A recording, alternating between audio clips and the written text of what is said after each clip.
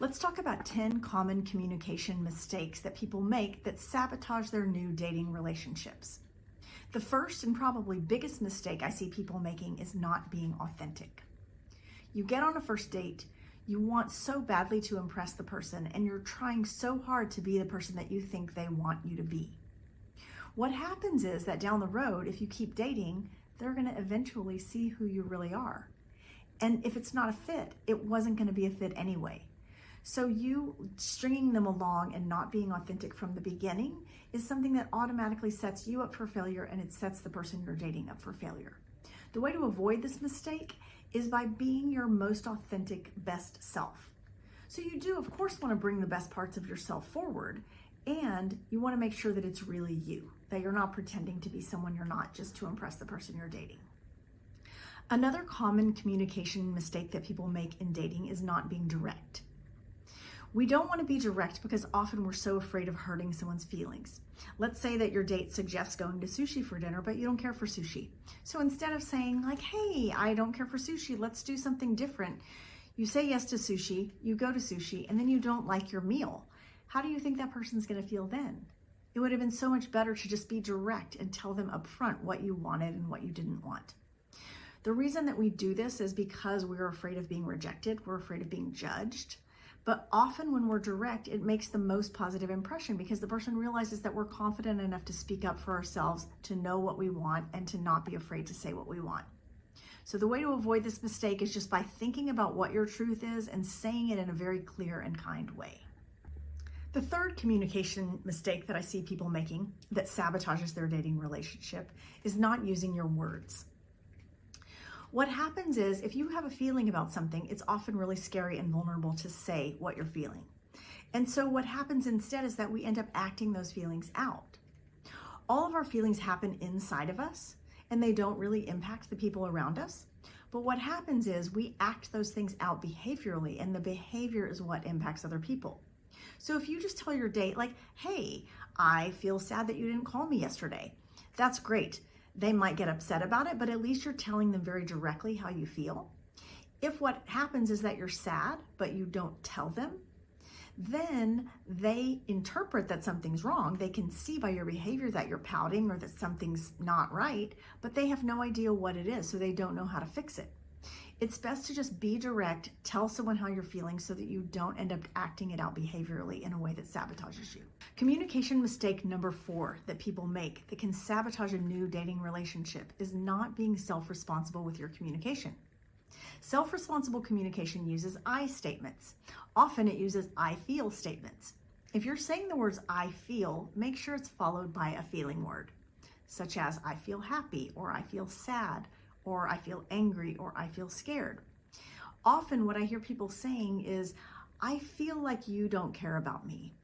I feel like you don't respect me. Things like that. This is not self-responsible communication. You think it is because you're using an I statement, but if what follows that is I feel like you, that's not self-responsible. So take responsibility for how you feel. Tell them, I feel sad that you were late. I feel angry that you canceled our date. I don't like it when you have too many drinks when we're out. Things like that.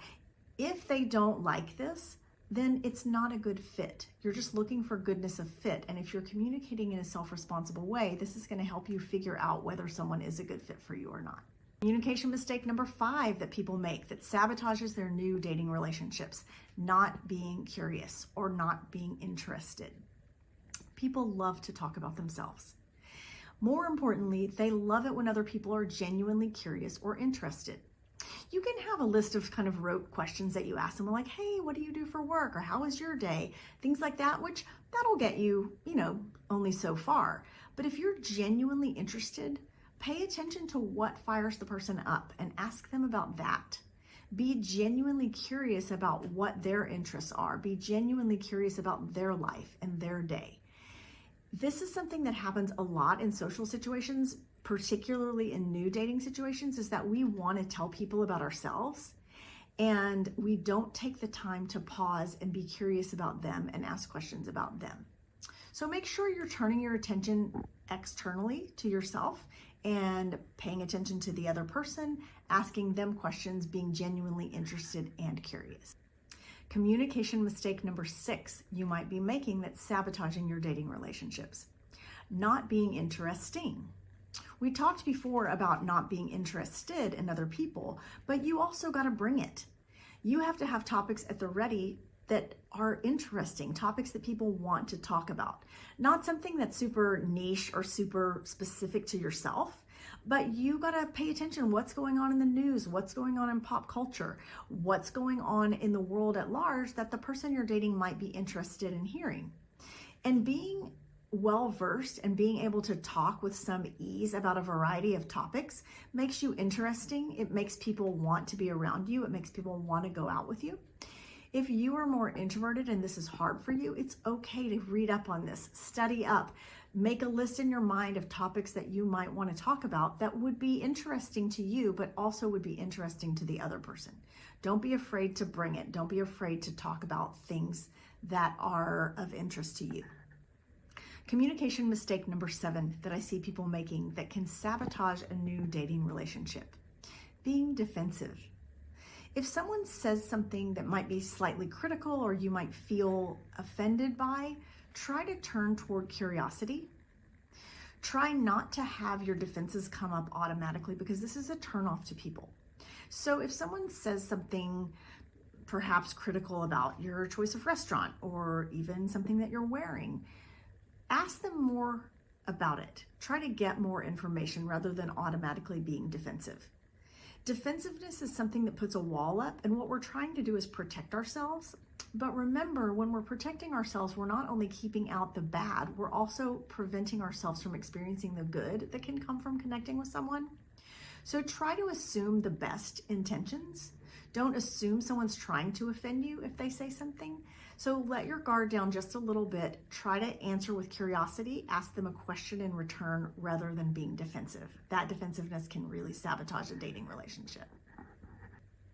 Communication mistake number 8 that I see people making in new dating relationships that can sabotage that relationship right off the bat. This is a big one.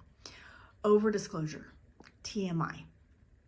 I like to think of relationships in a series of concentric circles. The people that are in the center are your closest people, maybe your best friends, your family, the people you've known for a very long time, all the way out to, you've got your friends, then you've got your acquaintances, then you've got maybe the barista at your coffee shop or the checker at your grocery store.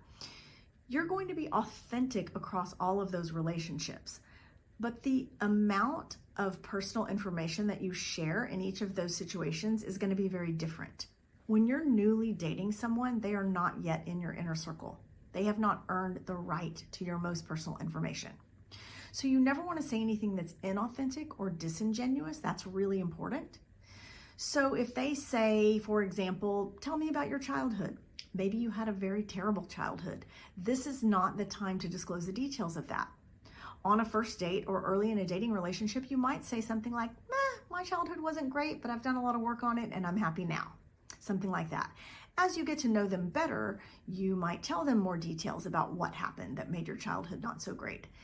The other thing you want to take care not to disclose too much about is your relationship history.